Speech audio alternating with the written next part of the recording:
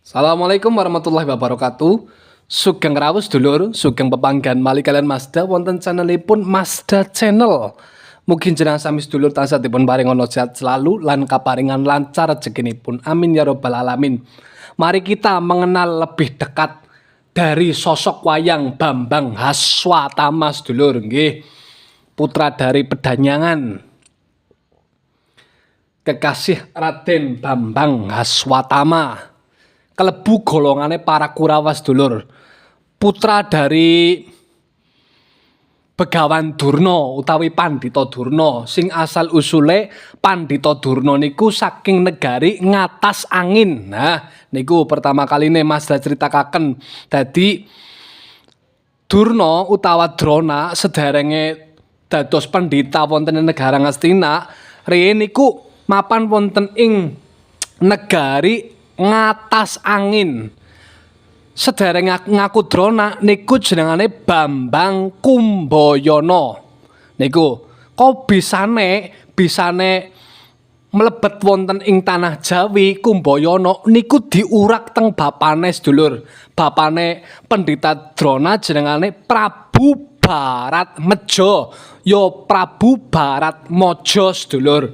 Niku dados bapane Drona niku jejulukipun Prabu Baratmaja. Saking negari ngatas angin. Niku Baratmaja ngudang Bambang Kumbayana. Bambang Kumbayana niku nom-nomane bapane niki si Pendhita Drona utawi Guru Drona sedulur nggih. Niku bisane mapan wonten ing tanah Jawa niku diurak sedulur. Kumbayana niku diurak teng bapane Baratmaja. Margane napa kon bojo ora gelem, kepati bojo gelem tapi kudu sing wanita pada kaya ibune Kumbayana. Dadi salah penangkap bapane. Dikira seseorang anak itu menyukai dengan ibunya sendiri. Jane mboten kaya niku.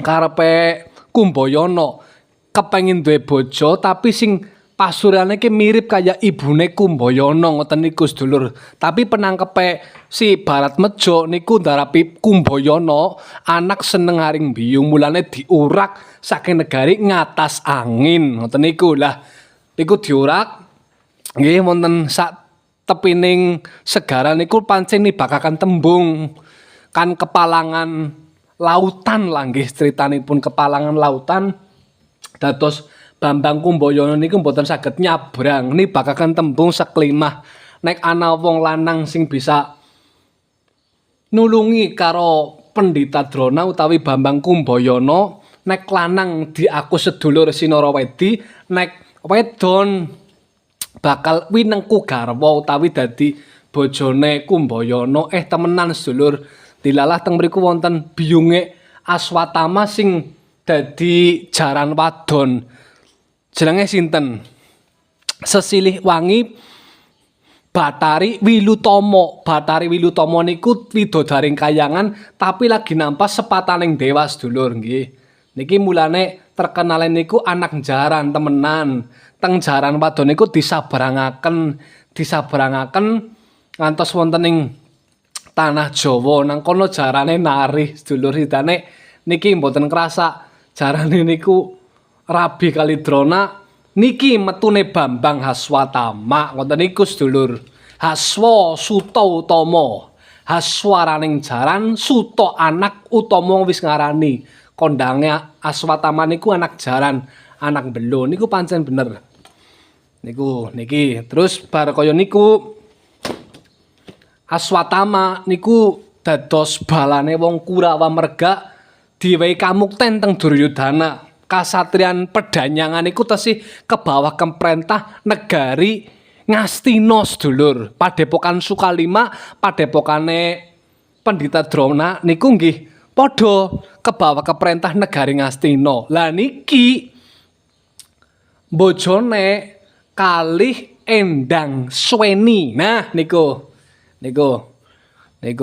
mengenal lebih dekat dari tokoh karakter Bambang Haswatama sedulur.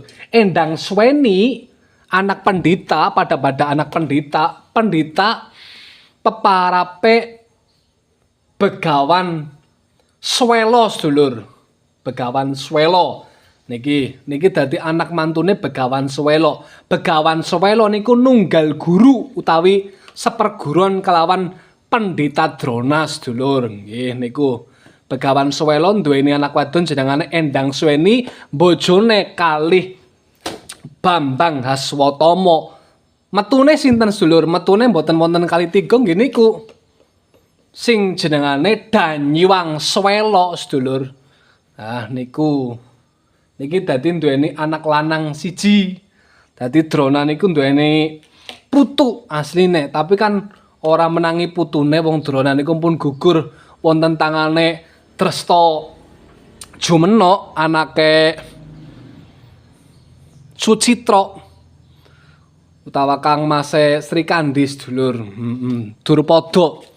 Niku. Dadi niki turunan pendeta tapi wateke niki welek. Niki ketumpangan watek Angkara Murka budine Candala mergane srawunge karo Sengkuni nek teng Gaya Solo niku sing wayang sing ngubek-ngubek katentreman Praja Ngastina niku Sengkuni. Nek teng Gaya Banyumas niku Pendhita Durna bapane niki sedulur. Mulane nek teng Banyumas niki kali perang kali Bawor niku Swatama anak jaran ya niku. Memang anak jaran bener. Anak jaran bener wong jaran-jaran wadon. Sing sejatine sesinglone Batari Wilutama ibune Aswatama sing lagi kenang siku dendaning dewa kaya niku sedulur.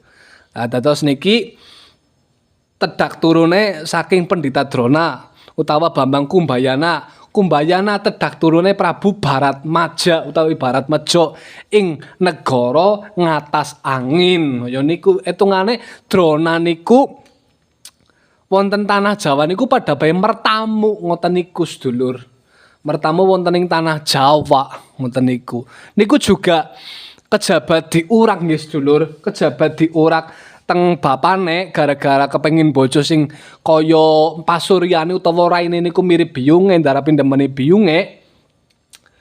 Alasane Kumbayana utawa Pendhita Durna lumarap wonten tanah Jawa niku juga goleti sedulur. Goleti sedulur sing dadi tunggal guru kalian Rama Parasung niku bapane Sri Kandi Sucitra utawa Dresta ngapunten sanes Dresta Jumena Sucitra utawa Prabu Drupada bapane Sri Kandi niku niki dadi bojone sinten sedulur niki bojone jenengane Endang Sweni anak saking Begawan Swelo.